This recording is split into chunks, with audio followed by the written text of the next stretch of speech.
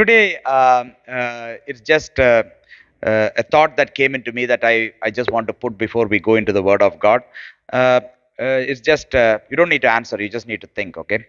Uh, do you want God to give you little, and for God to see your 100% faithfulness in that little, and then God give you more, seeing your 100% faithfulness in the little? Do you want it like that? இன்றைக்கு நான் இந்த கேள்வியை உங்கள் முன்னால் வைக்க விரும்புகிறேன். நீங்கள் தேவன் உங்களுக்கு கொஞ்சத்தை கொடுக்கும்படியும் அந்த கொஞ்சத்தில் நீங்கள் 100% உண்மையுள்ளவர்களாக இருக்கவும், அந்த நீங்கள் 100% உண்மையுள்ளவர்களாக இருக்கிறதை பார்த்து தேவன் இன்னும் அதிகமாக உங்களுக்கு Yeah. அதிகமாக உங்களுக்கு ஆசீர்வதிக்கவும் வேண்டுமென்று நீங்கள் விரும்புகிறீர்களா? Yeah, is it what you desire, or do you want God to give you more, and then you are like don't know what to do with more, or your faithfulness is here and there and that, you know? இல்லை, தேவன் உங்களுக்கு மிகவும் அதிகமாக கொடுத்து அந்த அதிகத்தில் உங்களுக்கு என்ன பண்ணுவதுன்னு தெரியாம உங்களுடைய விசுவாசமானது இங்கே அங்கேயும் கொஞ்சம் கொஞ்சமாக இருக்க வேண்டும் என்று விரும்புகிறீர்களா? Or how do you prefer it? எப்படி உங்களுக்கு வேண்டும்? Does God given you little? தேவன் உங்களுக்கு கொஞ்சமாக கொடுக்க வேண்டுமா? Has God given you little? உங்களுக்கு கொஞ்சமாக தேவன் கொடுத்தால் Are you 100% faithful in the little things that God has given you? நீங்கள் அந்த தேவன் கொடுத்த அந்த கொஞ்சத்தில் நீங்கள் 100% உண்மையுள்ளவர்களாக Or இருப்பீர்களா? are you desiring or trying your best to be 100% faithful in the little that God has given you? இல்ல, தேவன் உங்களுக்கு கொடுத்த அந்த கொஞ்சத்தில் 100% உண்மையுள்ளவர்களாக இருக்க வேண்டும் என்று நீங்கள் முயற்சி செய்கிறீர்களா? Then the Lord will bless you and you are in the path of receiving more from the Lord. அப்பொழுது தேவன் உங்களை ஆசீர்வதிப்பார். தேவனுடைய பாதையில் நீங்கள் இன்னும் அதிகமாக பெற்றுக்கொள்வீர்களாக இருப்பீர்கள். I'm not saying only with regard to mercy and ministry and stuff. I'm also saying with regard to your money, with regard to everything that God is going to bless you with, whether house or car or whatever it is. If you are going to be 100% faithful in whatever little God has given you, He will bless you with more. நான் ஊழியத்திலேயோ இல்ல அவருடைய இரக்கத்திலேயோ அதுல மட்டும் சொல்லல, உங்களுடைய வேலையில, உங்களுடைய பொருளாதாரத்துல, உங்களுடைய வீட்டுல, உங்களுடைய குடும்பத்துல எல்லாவற்றிலையுமே in your education, in your whatever Lord is get, whether it be physical blessings or even spiritual blessings or whatever God has given you some talents to serve the Lord or whatever it is, in everything, if you are faithful in the little things, He is ready to give you more. உங்களுடைய படிப்புல என்ன காரியமாக இருந்தாலும் சரி, ஆவிக்குரிய காரியமாக இருந்தாலும் சரி, இல்ல உலக பிரகாரமான காரியமா இருந்தாலும் சரி, எல்லாவற்றிலும் தேவன் கொடுக்கிற கொஞ்சத்துல நீங்கள் 100% உண்மையுள்ளவர்களாக இருந்தீர்கள் என்றால் தேவன் இன்னும் அதிகமாக அதில் ஆசீர்வதிப்பார். Praise the Lord. தேவனுக்கு ஸ்தோத்திரம். So today we are going to see into the second part of entering into God's rest. இன்றைக்கு நாம் இரண்டாவது பகுதியை பார்க்க போகிறோம், தேவனுடைய இளைப்பாறுதலில் பிரவேசித்தல். Jesus said in Matthew chapter 11 and verse 28, இயேசு சொன்னார் மத்தேயு 11:28, come to me all you who labor and are heavy laden, and I will give you rest. வருத்தப்பட்டு பாரம் சுமக்கிறவர்களே, நீங்கள் எல்லாரும் என்னிடத்தில் வாருங்கள், நான் உங்களுக்கு இளைப்பாறுதல் தருவேன். So God wants to share His rest with you and me. தேவன் அவருடைய இளைப்பாறுதலை உங்களோடும் என்னோடும் பகிர்ந்து கொள்ள விரும்புகிறார். He wants to share His rest with you and me. அவருடைய இளைப்பாறுதலை உங்களோடும் என்னோடும் பகிர்ந்து கொள்ள விரும்புகிறார். He is not planning or inviting to give you something that He doesn't enjoy, but He is at rest and He wants you to share in His rest. தேவன் இளைப்பாறுதல்ல இருக்கிறார், அதில் அவர் சந்தோஷமாக அனுபவிக்கிறார், அதை உங்களோடும் என்னோடும் பகிர்ந்து கொள்ள அவர் விரும்புகிறார். And God wants His people to enter His rest. தேவன் அவருடைய ஜனங்கள் அவருடைய இளைப்பாறுதலுக்குள் பிரவேசிக்க வேண்டும் என்று விரும்புகிறார். We all need some sort of rest in our life. நாம எல்லோருக்குமே நம்மளுடைய வாழ்க்கையில ஒரு விதமான இளைப்பாறுதல் வேண்டும் என்று நாம் விரும்புகிறோம். We need physical rest. உடல் சரீரமான we need rest in our mind. நம்மளுடைய மனசுல இளைப்பாறுதல். We need spiritual rest. ஆவிக்குரிய காரியத்துல இளைப்பாறுதல். So we are God wants us to enter into all rest in all these three areas. தேவன் இந்த மூன்று பகுதிகளிலும் நாம் இளைப்பாறுதலை பெற வேண்டும் என்று விரும்புகிறார். Rest is not doing anything. இளைப்பாறுதல் என்றால் ஒன்றும் செய்யாமல் இருப்பது. Usually when we say I am resting means we won't do anything. நம்ம பொதுவா சொல்லுவோம், நான் இளைப்பாறி கொண்டிருக்கிறேன்னா ஒண்ணுமே செய்யாம இருக்கிறோம். You know, pastor, I want a rest for some days. If you say me, they'll say I am not going to do anything, just leave me alone. Pastor எனக்கு கொஞ்ச நாளைக்கு ரெஸ்ட் வேணும்னு சொன்னா, அப்ப எனக்கு கொஞ்ச நாளைக்கு என்னை சும்மா விடுங்க, நான் ஒண்ணும் செய்ய விரும்பல. What you are going to do is I am going to be at God's feet, they will say. அவங்க சொல்லுவாங்க நான் தேவனுடைய பாதத்துல இருக்க போறேன்னு சொல்லுவாங்க. God only knows where they are. I don't know. தேவனுக்கு தான் தெரியும் அவங்க எங்க இருக்காங்கன்னு. எனக்கு When you தெரியாது. go to God's feet in the first 5 minutes, He will still say, "Now go out." தேவனுடைய பாதத்துல நம்ம போய் உட்கார்ந்து 5 நிமிஷத்துலயே அவர் சொல்வாரு நீ வெளிய போன்னு. You can see that, but rest means it is not like not doing anything. இளைப்பாறுதல் என்றால் நம்ம ஒண்ணும் செய்யாம இருக்கிறது இல்ல. But rest is you are now leaning or you are finding your comfort in something, and from there you are calm, you are composed, and you are energized to look into things.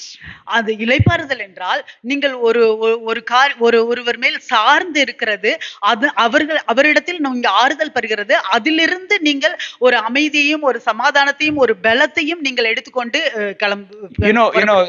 The disciple always who says, the disciple whom Jesus loved most, John, he always rested on Jesus. He's like, physically I'm saying, like whenever he wants to be with Jesus, be with God, with Jesus, he always goes near and rests upon Jesus. இப்ப இயேசுவால மிகவும் நேசிக்கப்படுகிற அந்த யோவான் சீஷர் அவர் சொல்லுவார், அவர் எப்பவுமே தேவனோடு இயேசுவோடு கூட இருக்கும் பொழுது இயேசுவோடு அவர் மேல் சாய்ந்து கொண்டு அவர் இளைப்பாறுதலை பெறுவார். I think others were all jealous about it, but that I'm saying that sort of rest, you are having someone to rest or lean upon. மற்றவர்களெல்லாம் அதை குறித்து பொறாமைப்படுவார்கள், ஆனால் அந்த மாதிரியான ஒரு இளைப்பாறு தான் ஒருவர் மேல் சார்ந்து இருப்பது, சாய்ந்து இருப்பது. So you can see that God wants everyone to enjoy his rest, to enter into his rest. தேவன் ஒவ்வொருவரும் அவருடைய இளைப்பாறுதலுக்குள் பிரவேசிக்க வேண்டும் என்றும் அவருடைய இளைப்பாறுதலை அனுபவிக்க வேண்டும் என்றும் விரும்புகிறார். But for a very important thing for entering into his rest is our heart. மிக முக்கியமான காரியம் அந்த இளைப்பாறுதலுக்குள் நுழைவதற்கு நம்மளுடைய இருதயம். God always looks into our heart. தேவன் எப்பொழுதுமே நம்மளுடைய இருதயத்தை பார்க்கிறவராக இருக்கிறார். And he looked into the hearts of the Israelites, because when God called the Israelites from Egypt, இஸ்ரவேல் ஜனங்களுடைய இதயத்தை தேவன் பார்க்கிறார். இஸ்ரவேல் ஜனங்களை எகிப்து தேசத்திலிருந்து வெளியே அழைத்த பொழுது God heard the cry of a group of people who cried out to him. தேவன் ஒரு கூட்ட ஜனங்கள் தேவனிடத்தில் முறையிட்டார்கள், அந்த முறையிடுதலை அவர் கேட்டார். They are the Israelites. அவர்கள் இஸ்ரவேல் ஜனங்கள். And when they cried out, God heard their cry, even though they heard their cry because their heart was crying out to the Lord. தேவனிடத்தில் அவர்கள் முறையிட்டார்கள், கூக்குரலிட்டார்கள். தேவன் அவர்களுடைய முறையிடுதலை கேட்டார், ஏனெனில் அவர்களுடைய இருதயம் தேவனிடத்தில் முறையிடுகிறது. It was not a fake cry, it was not an acting, but they were really struggling and they cried out to the Lord. அவங்க சும்மா பொய்யா அவங்க கூக்குரலிடவில்லை, முறையிடவில்லை. உண்மையிலேயே அவர்கள் அந்த வழியில இருந்தாங்க, அவங்க உண்மையிலேயே தேவனிடத்துல முறையிட்டார்கள். They didn't have anywhere to rest in the land of Egypt. அந்த எகிப்து தேசத்துல அவர்களுக்கு எந்த இடமுமே கிடையாது இளைப்பாறுதலுக்கு. Physically they were being put under pressure. உடல் சரீரமாக அவர்கள் ஒரு அழுத்தத்துல இருந்தாங்க. In mind they were put under pressure. அவங்க மன அழுத்தத்துல இருந்தாங்க. Spiritually they were in a very alien land. ஆவிக்குரிய வகையில அவர்கள் அந்நிய தேசத்துல இருந்தாங்க. So Lord heard their cry and delivered them out of Egypt. தேவன் அவர்களுடைய முறையிடுதலை கேட்டு அவர்களை எகிப்து தேசத்திலிருந்து வெளியே கொண்டு வந்தார். And he wanted them to now journey them through the wilderness into the promised land, the land of rest. அவர்களை அந்த வனாந்தரத்தின் வழியாக அந்த வாக்குத்தத்தம் பண்ணப்பட்ட தேசத்துக்கு, இளைப்பாறுதலின் தேசத்துக்கு அவர்களை கொண்டு வர அவர் செய்தார். But on their journey through the wilderness, what the Lord was looking into after providing all the provisions they need in the wilderness was, அவர்கள் அந்த வனாந்தர பயணத்திற்கு அவர்கள் புறப்பட்டு வந்த பொழுது அவர்களுக்கு அந்த வனாந்தர பயணத்திற்கு தேவையான எல்லா காரியங்களையும் தேவன் அவர்களுக்கு கொடுத்ததுக்கு பிறகு அவர்கள் வரும்பொழுது தேவன் எதை பார்த்தார் என்றால், they had the pillar of fire, the pillar of cloud guiding them, showing the direction what they need to do. அவர்கள் மேக சமமாவும் அக்கினி சமமாவும் தேவன் அவர்களை வழி நடத்தி கொண்டு சென்று கொண்டிருந்தார், என்ன செய்ய வேண்டும், எப்படி போக வேண்டும் என்றெல்லாம். But when any obstacle they faced, Lord was looking into their heart. அவங்க என்ன மாதிரியான ஒரு தடையை அவர்கள் எதிர்நோக்கும் பொழுதெல்லாம் தேவன் அவர்களுடைய இருதயத்தை பார்த்தார். And when they cried out to the Lord still hearing their cry gave whatever they needed. அவர்கள் தேவனிடத்துல முறையிடும் பொழுது தேவன் அவர்களுடைய முறையிடுதலை கேட்டு அவர்களுக்கு தேவையானதை கொடுத்தார். When they were thirsty, they were murmuring against the Lord. அவர்களுக்கு தாகமாயிருந்த பொழுது தேவனுக்கு எதிராக அவர்கள் முணுமுணுத்தார்கள். When they were hungry, they murmured against the Lord. அவர்கள் பசியாக இருந்த பொழுது தேவனுக்கு எதிராக அவர்கள் முறையிட்டார்கள், குறை சொன்னார்கள். And they were saying that in Egypt we used to get everything, now we are in the halfway in the wilderness, we are not having anything. நாங்க எகிப்து தேசத்துல இருக்கும்பொழுது எங்களுக்கு எல்லாமே கிடைச்சது, இப்ப நாங்க வனாந்தரத்துல பாதி வழியில இருக்கிறோம், எங்களுக்கு ஒண்ணுமே கிடைக்கல. If I think that if the Israelites would have asked, Lord give us food, means he would have given food. நான் நினைக்கிறேன் அவங்க இஸ்ரவேல் ஜனங்கள் தேவனே எங்களுக்கு உணவு கொடுன்னு கேட்டிருந்தா தேவன் உணவு Or கொடுத்திருப்பார். I'm thirsty, give water. And if you have said, God would have given. தேவனிடத்துல எங்களுக்கு தாகமா இருக்கு தண்ணீர் கொடுங்கன்னா தேவன் தண்ணீரை கொடுத்திருப்பார். But they compared themselves to how they were before in Egypt and what God had promised, and why is this promise not coming to pass? And they were murmuring, and they were comparing of from where they were delivered from. ஆனால் அவர்கள் எகிப்து தேசத்துல இருந்தத இப்ப இருக்கிறதையும் ஒப்பிட்டு பார்த்து, ஓ தேவன் வாக்குத்தத்தம் பண்ணினார் என்ன ஒன்றுமே கொடுக்கவில்லை என்று அவர்கள் குறை சொல்லி கொண்டு இருந்தார்கள். You know, the best place where God can check our heart or look into our heart is, உங்களுக்கு தெரியுமா எந்த இடத்துல வந்து தேவன் நம்மளுடைய இருதயத்தை ஆராய்ந்து பார்க்க முடியும் என்றால், not in Egypt where they were put into lots of trouble, எகிப்து தேசத்துல இல்ல, எங்க அவர்கள் நிறைய துக்கத்துல or துன்பத்துல not even in the land of Canaan where they had abundance, இல்லை, கானான் தேசத்திலையும் இல்ல, எங்க அவர்களுக்கு மிகுதியாக இருந்த but இடத்துல, only in the wilderness. அந்த வனாந்தரத்துல தான். See, in wilderness they didn't have any option of their own for food or money, food or water. வனாந்தரத்துல அவர்களுக்கு வேற அவர்களாவே அந்த உணவையும் தண்ணீரையும் எடுக்கிறதுக்கு அவங்களுக்கு ஒரு வாய்ப்பும் இல்லை. If they knew that there was a river or there was some area where they can go and get some food or water, they would not have murmured to the Lord. They would have kept their mouth shut and went and got their water and food in their own strength and own means. அவங்க அந்த வனாந்தரத்துல எங்கேயாச்சும் ஒரு ஆறு இருக்கு, அங்க தண்ணி இருக்கு, அங்க உணவு இருக்கு எல்லாம் தெரிஞ்சிருந்தா அவங்க வந்து அவங்க முணுமுணுத்திருக்க மாட்டாங்க. நேரே அவங்க வாயை மூடிட்டு அங்க போயிட்டு அங்க இருக்கிற உணவையோ தண்ணீரோ எடுத்து சாப்பிட்டிருப்பாங்க. Correctly sister said, வாயை மூடிட்டு. இந்த மாதிரி தான் போடணும் sister. Okay, when I say shut up, she won't say வாயை மூடு. இப்ப கரெக்டா வாயை மூடு சொல்றாங்க, அப்படியே சொல்லிருங்க sister, பிரச்சனையே இல்ல.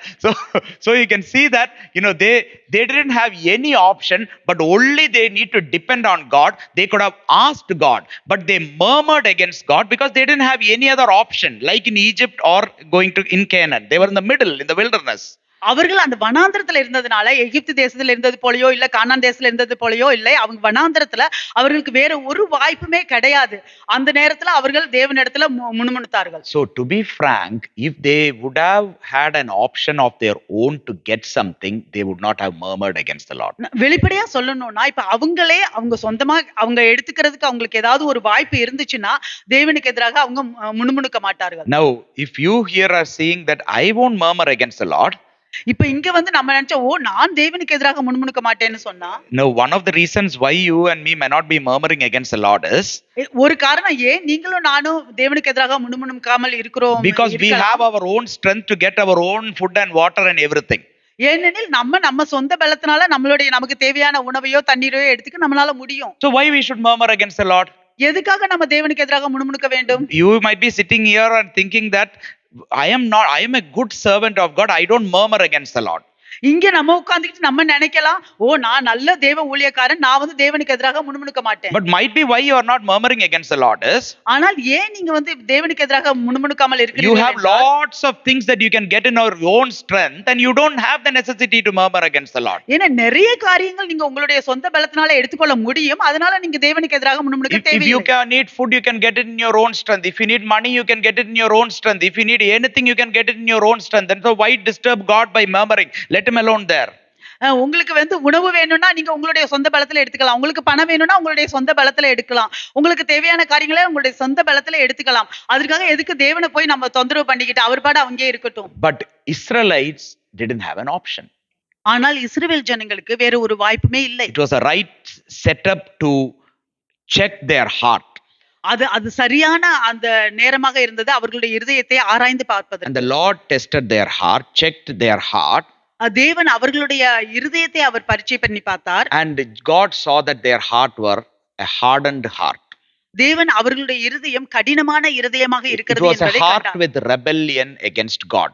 தேவனுக்கு எதிராக முரட்டாட்டம் பண்ணுகிற இரண்டகம் பண்ணுகிற இருதயமாக இருந்தது. They were disobedient. They were not really having an obedient heart. அவர்கள் வந்து கீழ்ப்படியாமையின் இருதயத்தை கொண்டவர்களாக இருந்தார்கள். So you can see in Hebrews chapter 3, when the Lord is inviting them into their rest, he is saying that in verse 16 in Hebrews chapter 3, he is saying, for who having heard rebelled, indeed was it not all who came out of Egypt led by Moses? கேட்டவர்களில் கோபம் மூட்டினவர்கள் யார்? மோசையினால் எகிப்திலிருந்து புறப்பட்ட யாவரும் அப்படி செய்தார்கள் அல்லவா? And in verse 17, not to now with whom was he angry 40 years? Yeah. மேலும் அவர் 40 வருஷமா யாரை அரவசித்தார்? Was it not with those who sinned, whose corpse fell in the wilderness? பாவம் செய்தவர்களை அல்லவா? அவர்களுடைய சவங்கள் வனாந்தரத்தில் விழுந்து போயிற்று. And in verse 18, and to whom did he swear that they would not enter his rest, but to those who did not obey? பின்னும் என்னுடைய இளைப்பாறுதலில் பிரவேசிப்பதில்லை என்று அவர் யாரை குறித்து ஆணையிட்டார்? கீழ்ப்படியாதவர்களை குறித்தல்லவா? Verse 19, so we see that they could not enter in because of unbelief.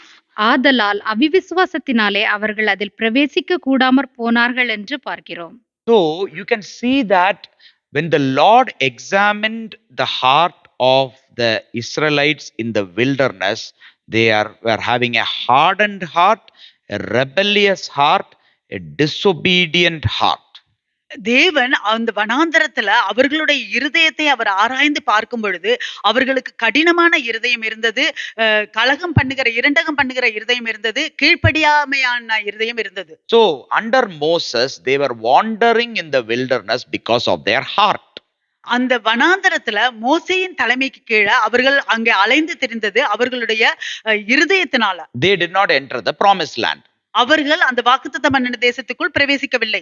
Only two people, Joshua and Caleb, இரண்டு பேர் மட்டும், யோசுவாவும் காலேபும், took a new generation of young people, ஒரு இளம் தலைமுறையில உள்ள அந்த ஒரு கூட்ட ஜனத்தை, a young energetic group of people, நல்ல வல்லமை உள்ள இளம் வயதுள்ள ஜனங்களை, நல்ல பேலன்ஸ் சக்தி எல்லாம் உள்ள ஒரு energetic young people, he along with Joshua and Caleb, they went into the promised land.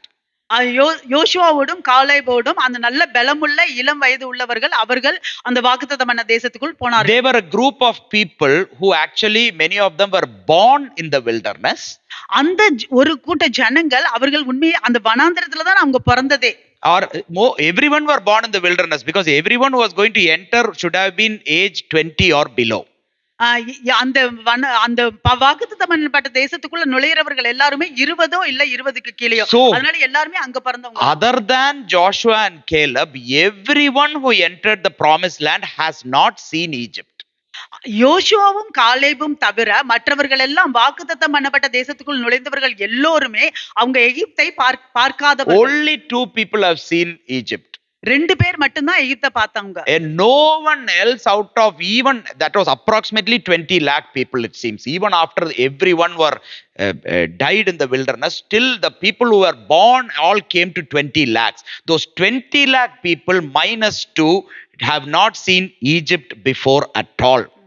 அந்த வனாந்தரத்துல எவ்வளவோ பேர் மரித்திருந்தாலும் வாக்குத்தத்தம் பண்ணப்பட்ட தேசத்துக்கு போனதுக்கு 20 லட்சம் ஜனங்கள், அந்த 20 லட்சம் ஜனங்களும் எகிப்தை பார்த்ததில்லை அந்த இரண்டு பேரை தவிர. So the people under Moses, they all saw Egypt, and in the wilderness they complained that they were bad, they had many things in Egypt, and because of their hardened heart they didn't enter the promised land. இங்க வனாந்தரத்துல மோசேக்கு கீழே இருந்தவர்கள் எல்லாம் வனாந்தரத்துல வந்தவங்க அவங்க எகிப்தை பார்த்தவர்கள், ஆனால் அவர்கள் அந்த இடத்துல முணுமுணுத்ததுனால அவங்களுடைய இருதயம் கடினமாக இருந்ததுனால அவர்கள் வாக்குத்தத்தம் பண்ணப்பட்ட தேசத்துக்கு போகவில்லை. But these people have not seen Egypt. ஆனால் இந்த ஜனங்கள் எகிப்தை பார்க்கவில்லை. They have not seen anything, but the only thing they have seen is wilderness. அவர்கள் வேற எதையும் பார்க்கவில்லை, அவர்கள் பார்த்ததெல்லாம் அந்த வனாந்தரம் மட்டும்தான். See, if a child is born in wilderness, what will they think? They will only see the provisions that are there in the wilderness provided by God. அந்த வனாந்தரத்துல பிறந்த ஒரு பிள்ளை வேற எதை பார்க்கும்? அந்த வனாந்தரத்துல தேவன் என்னென்ன கொடுத்தாரோ அதை தான் அது பார்க்கும். And now when they entered the promised land, இப்பொழுது அவர்கள் அந்த வாக்குத்தத்தமான தேசத்துக்குள் நுழைந்த பொழுது what they would have seen? அவர்கள் எதை பார்த்திருப்பார்கள்? They only can compare whatever is in the promised land against whatever they saw in the wilderness. அவர்கள் என்னவெல்லாம் அந்த வாக்குத்தத்தம் பண்ணப்பட்ட தேசத்துல இருக்கிறதோ அதை அந்த வனாந்தரத்துல இருந்ததோடு தான் அவர்கள் ஒப்பிட்டு பார்க்க முடியும். Now the question is, இப்ப கேள்வி என்னவென்றால், did they find rest? அவர்கள் இளைப்பாறுதலை பெற்றார்களா? Okay, the people who are in Egypt who came out saw Egypt and everything, they didn't get rest, they didn't find rest, they didn't enter God's rest. இப்ப okay, எகிப்து தேசத்துல இருந்து வந்தவங்க அவங்க வனாந்தரத்துல இருந்தாங்க, அவர்கள் இளைப்பாறுதலை பெறவில்லை, அவர்கள் வாக்குத்தத்தம் பண்ணப்பட்ட தேசத்துக்குள் நுழையவில்லை. But these young generation who entered into Canaan, having only experienced wilderness, did they find rest? Did they enter God's rest? இந்த இளைய தலைமுறையினர்கள் அந்த வாக்குத்தத்தம் பண்ணப்பட்ட தேசத்துக்குள் நுழைந்தவர்கள், வனாந்தரத்தில் மட்டும் இருந்தவர்கள், அவர்கள் இளைப்பாறுதலை In பெற்றார்களா? Hebrews chapter 4 and verse 8, எபிரேயர் 4:8 here it says, For if Joshua had given them rest, then he would not afterward have spoken of another day.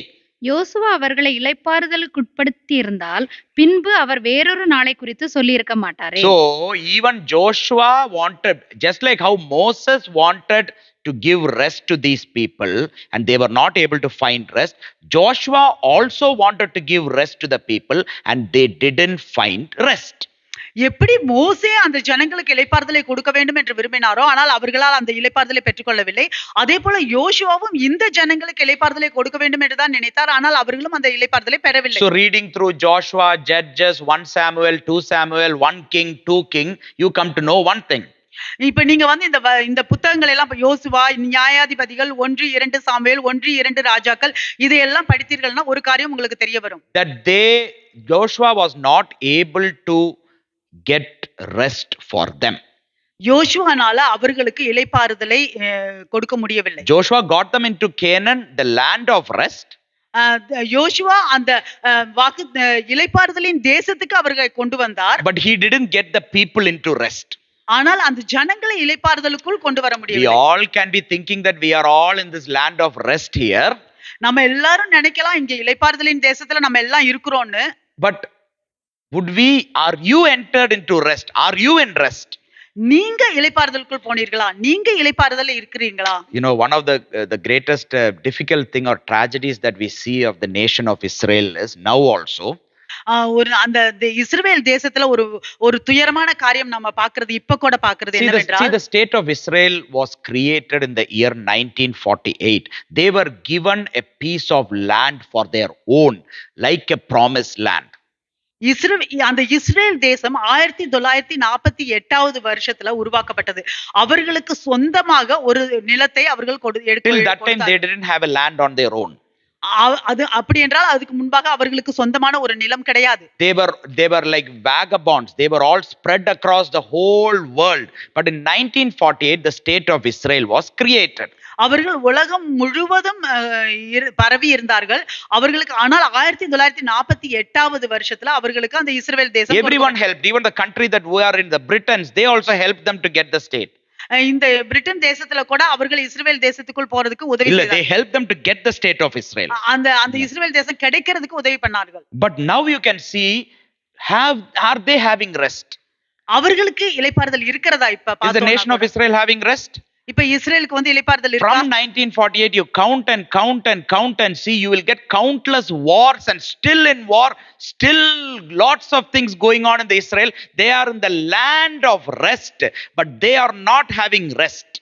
1948 இருந்து நீங்க கணக்கு பண்ணி பார்த்தா கூட இன்னைக்கும் அந்த போர் தான் நடந்துகிட்டே இருக்குது. இன்னைக்கும் அவங்களுக்கு இளைப்பாறுதல் இல்ல. Now what do you learn from this? இதுல இருந்து என்ன நீங்க கற்றுக்கொள்கிறீங்க? Rest is not a piece of land. அந்த இளைப்பாறுதல் வந்து ஒரு நிலம் அல்ல. Rest is not a course, an educational course.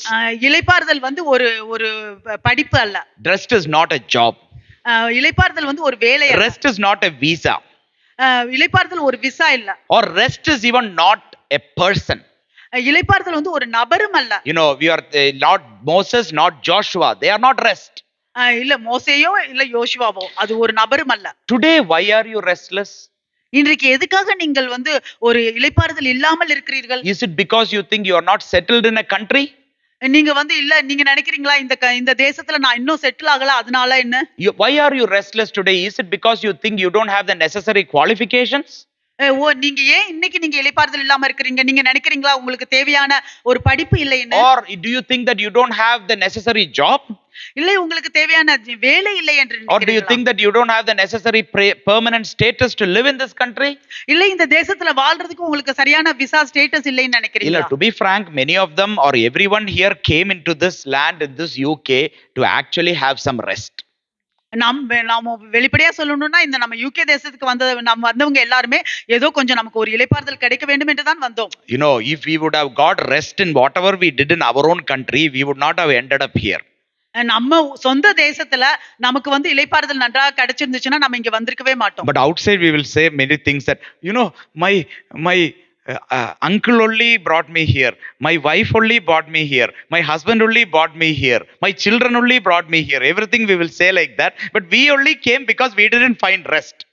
நம்ம வந்து வெளியில சொல்லிக்குவோம், ஓ என்னுடைய மாமா தான் கூட்டிட்டு வந்தாங்க, அங்கிள் தான் கூட்டிட்டு வந்தாங்க, இல்ல என்னை கணவர் கூட்டிட்டு வந்தாங்க, மனைவி கூட்டிட்டு வந்தாங்க, இல்ல பிள்ளைங்க கூட்டிட்டு வந்தாங்க, இப்படி எல்லாம் நம்ம சொல்லுவோம். ஆனா உண்மையிலேயே நமக்கு வந்து அங்க இளைப்பாறுதல் இல்ல, இங்க வந்தோம். ஐயோ, இது எழுதும்போது நான் நினைக்கவே இல்லை, எங்க அம்மாவே எங்க முன்னாடி உட்காந்துருக்காங்க. I didn't think of all this. My mother is sitting in front of me. So you can see, but the truth is, ஆனால் உண்மை என்னவென்றால், there is no rest outside of God in our life. நம்மளுடைய வாழ்க்கையில தேவனுக்கு வெளியாக எந்த ஒரு இளைப்பாறுதலும் That கிடையாது. is the truth. அதுதான் உண்மை. There is no rest for anyone outside of our Lord. நம்ம தேவனுக்கு வெளியாக நமக்கு ஒருவருக்கும் ஒரு இளைப்பாறுதல் But கிடையாது. you and me might be thinking like the Israelites, that rest means is a land, rest means is a visa, rest means is a job, rest means is something or anything or some person. We will be thinking. ஆனால் நீங்களும் நானும் இஸ்ரவேல் ஜனங்களைப் போல நாமும் நினைக்கலாம், இளைப்பாறுதல் என்றால் ஒரு நிலம், இளைப்பாறுதல் என்றால் ஒரு படிப்பு, இளைப்பாறுதல் என்றால் ஒரு வேலை என்று நீங்களும் நானும் நினைக்கலாம். Jesus said, "Come to me all who you labor and heavy laden, and I will give you rest." இயேசு சொன்னார், வருத்தப்பட்டு பாரம் சுமக்கிறவர்கள் எல்லோரும் என்னிடத்தில் வாருங்கள், நான் உங்களுக்கு இளைப்பாறுதல் There are கொடுக்கிறேன். lots of things Jesus say, I will give you. In this, rest is one of the things he says, I give you rest. நிறைய காரியங்களை இயேசு சொன்னார், நான் கொடுப்பேன் என்று. அதில் இந்த இளைப்பாறுதலும் ஒரு காரியம். He's saying, peace I leave with you, peace I give to you. அவர் சொன்னார், சமாதானம் நான் உங்களிடத்தில் விட்டு போகிறேன், சமாதானம் நான் உங்களுக்கு கொடுக்கிறேன் என்று. And he says that I give you life and life in abundance. அவர் சொன்னார், உங்களுக்கு ஜீவனையும் பரிபூரண ஜீவனையும் கொடுக்கிறேன் என்று. When you have time, you just go and see what all in the gospel is mentioned that Jesus gives, explicitly mentioned. நீங்க போய் உங்களுக்கு நேரம் இருக்கையில சுவிசேஷத்துல போய் பாருங்க, இயேசு கிறிஸ்து முக்கியமாக கொடுக்கிறேன்னு சொன்ன காரியம்லாம். நீங்க வீட்ல ரெஸ்ட் எடுக்கிற டைம்ல இந்த மாதிரி கொஞ்சம் நல்ல காரியம் எல்லாம் பண்ணுங்க. When you are resting, we all can do, when you are resting at home, like this, you do some good work. He's saying, come to me all who you labor and heavy laden, I will give you rest.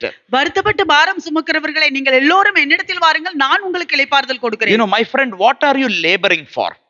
என்னுடைய நண்பர்களே, எதுக்காக நீங்க வந்து வருத்தப்பட்டு பாரம் சுமக்கிறீங்க? Why are you carrying all these burdens here? What are you doing? எதுக்காக இந்த பாரத்தை எல்லாம் நீங்க சுமக்கிறீங்க? என்ன செய்றீங்க? Is it you are carrying all these burdens, you are doing all these labors to get some rest? இந்த பாரத்தை எல்லாம் சுமக்கிறது, இந்த வேலையெல்லாம் செய்யறது ஒரு இளைப்பாறுதல் பெறுவதற்காக, for us to have some rest in the future? இல்லை, எதிர்காலத்துல கொஞ்சம் இளைப்பாறுதல் வேண்டும் என்பதற்காக. Rest is enjoying the promises of God. இளைப்பாறுதல் என்றால் தேவனுடைய வாக்குத்தத்தங்களை நாம் சந்தோஷமாக அனுபவிப்பது. Still the Israelites entered the promised land, but they didn't enjoy the promises of God. இந்த இஸ்ரவேல் ஜனங்கள் வாக்குத்தத்தம் பண்ண தேசத்துக்குள் நுழைந்து விட்டார்கள், ஆனால் தேவனுடைய வாக்குத்தத்தங்களை அவங்க சந்தோஷமாக அனுபவிக்கவில்லை. My Lord has promised rest. தேவன் அவர்களுக்கு இளைப்பாறுதலை My Lord has promised peace. என்னுடைய தேவன் எனக்கு சமாதானத்தை, my Lord has promised deliverance. என்னுடைய தேவன் எனக்கு விடுதலையை வாக்குத்தத்தம் பண்ணினார். my Lord has promised healing. என்னுடைய தேவன் எனக்கு சுகத்தை வாக்குத்தத்தம் பண்ணினார். my Lord has promised comfort. என்னுடைய தேவன் எனக்கு ஆறுதலை வாக்குத்தத்தம் பண்ணினார். But the Israelites didn't enter into any of the promises of the Lord. ஆனால் இஸ்ரவேல் ஜனங்கள் தேவனுடைய எந்த வாக்குத்தத்தத்துக்குள்ளும் அவர்கள் நுழையவில்லை. They were able to receive a taste here and there, but they couldn't live in that promise. They couldn't enjoy the rest that came through the promise. அவர்கள் இங்கேயும் அங்கேயுமாக கொஞ்சம் ருசி பார்த்தார்களே தவிர முழுமையாக அவர்கள் அந்த இளைப்பாறுதலுக்குள் அவர்களால் நுழைய முடியவில்லை, அதை அனுபவிக்க முடியவில்லை. Many are facing a restless, troubled Christian life because they are not able to enter into the promises of God. பல கிறிஸ்தவர்கள் அவர்கள் தேவனுடைய வாக்குத்தத்தங்களுக்குள் நுழைய முடியாததனாலதான் இன்றைக்கு பல துன்பங்களையும் அவர்கள் அனுபவித்துக் கொண்டிருக்கிறார்கள். How many times sometime we would have told, oh, the Lord promised and he gave me. You gave me. Lord promised, he gave me. You might have said, many times you would have testified. எத்தனை தடவை நாம வந்து சாட்சியா சொல்லியிருப்போம், ஓ தேவன் வாக்குத்தத்தம் பண்ணார் எனக்கு கொடுத்தார், தேவன் வாக்குத்தத்தம் பண்ணினார் எனக்கு கொடுத்தார் என்று. But are we able to stay in that promise? Is it giving us rest? நம்மனால அந்த வாக்குத்தத்தத்துக்குள் நிலைத்து நிற்க முடிகிறதா? அது நமக்கு இளைப்பாறுதலை கொடுக்கிறதா? Israelites also experienced many of the promises of God, but they didn't have rest. That was just came, they enjoyed for the moment, they went away. That's it. இஸ்ரவேல் ஜனங்களும் அப்படிதான் தேவனுடைய வாக்குத்தத்தத்தை அந்த நேரத்துக்கு அந்த கணத்துக்கு அவர்களிடத்தில் வந்தது, அதை அனுபவித்தார்கள். ஆனால் அதில் அவர்களால் நிலைத்து நிற்க முடியவில்லை. Sometimes we are not able to enter the rest through the promises of God is because we actually don't have the faith to actually believe in the Lord Jesus. To believe continually. Believing means, faith means is continuous. It has some time and journey, you know. சில நேரங்களில் நாம் ஏன் தேவனுடைய அந்த வாக்குத்தத்தத்துக்குள் நிலைத்து நிற்க முடியவில்லை என்றால், நம்ம தேவன் மேல உள்ள விசுவாசம் நமக்கு தொடர்ச்சியாக நம்மளிடத்தில் இல்லை. விசுவாசிக்க முடியவில்லை. Many people are restless. பல பேர் பெரும்பாலோர் இளைப்பாறுதல் இல்லாமல் இருக்கிறார்கள். Many Christians are restless. பல கிறிஸ்தவர்கள் இளைப்பாறுதல் இல்லாமல் இருக்கிறார்கள். A Christian always need to have a very healthy fear in him always. ஒரு கிறிஸ்தவனுக்கு எப்பொழுதுமே ஒரு ஆரோக்கியமான பயம் இருக்க வேண்டும். That he starting his Christian life, he should enter into God's rest. அந்த கிறிஸ்தவ வாழ்க்கையை தொடங்கும் பொழுது அவன் அந்த தேவனுடைய இளைப்பாறுதலுக்குள் நுழைய வேண்டும் என்று, and enjoy God's rest. அந்த தேவனுடைய இளைப்பாறுதலை சந்தோஷமாக அனுபவிக்க வேண்டும் என்று. We all think that when the day I believed in the Lord Jesus, automatically I have entered Lord's rest. Hereafter everything is rest for me. நீங்களும் நானும் நினைக்கலாம், நான் என்றைக்கு தேவனை விசுவாசித்தனோ அன்னைக்கே நான் தேவனுடைய இளைப்பாறுதலுக்குள் போய்விட்டேன், அதுக்கு பிறகு எனக்கு இளைப்பாறுதல் தான் என்று. You know, that is not the case. அது அப்படி அல்ல. You know, you can see the life of Israelites compared to the life of a Christian.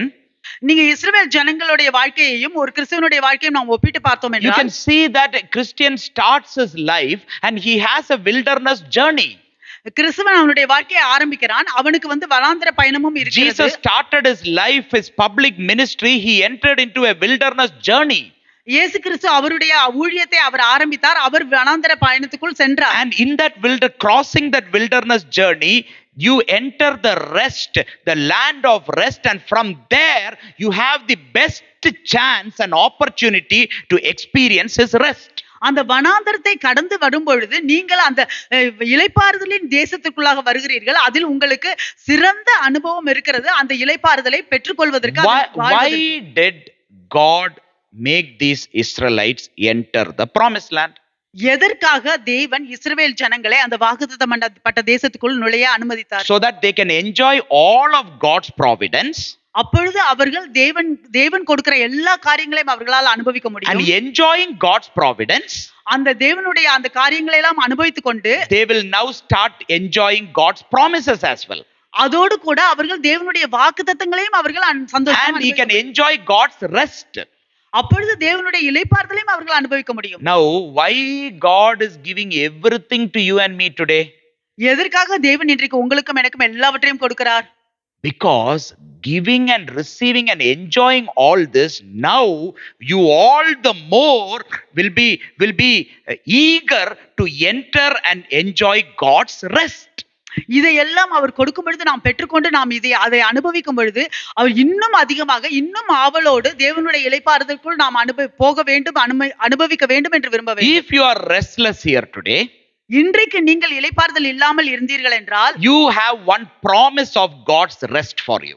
உங்களுக்கு தேவனுடைய வாக்குத்தத்தம் உண்டு, இளைப்பாறுதல் என்ற. That's what exactly the author of Hebrews is saying to the Jewish Christians. To Christians he is saying this. இங்கே எபிரேயர் எழுதின புத்தகத்தை எழுதினவர் அவர் அந்த யூத கிறிஸ்தவர்களுக்கு அவர் இதை சொல்கிறார். He is explaining everything about the Israelites not entering God's rest. இஸ்ரவேல் ஜனங்கள் எதனால அவர் தேவனுடைய இளைப்பாறுதலுக்குள் அவர்கள் நுழையவில்லை என்று சொல்கிறார். And he is saying that God himself swore and told that hereafter these Israelites will not enter my rest. அவர் சொல்கிறார், தேவன் ஆணையிட்டு சொன்னார், இஸ்ரவேல் ஜனங்கள் இதற்கு பிறகு என்னுடைய இளைப்பாறுதலுக்குள் நுழைய மாட்டார்கள் என்று. But he is saying that now you see their example and now I want to say something to you. இப்பொழுது சொல்லும்போது அவங்களுடைய உதாரணத்தை பாருங்க, இப்ப நான் உங்களுக்கு ஒன்னு சொல்ல விரும்புகிறேன். In Hebrews chapter 4 and verse 1. எபிரேயர் 4:1. Therefore, since a promise remains of entering his rest, let us fear lest any of you seem to have come short of it.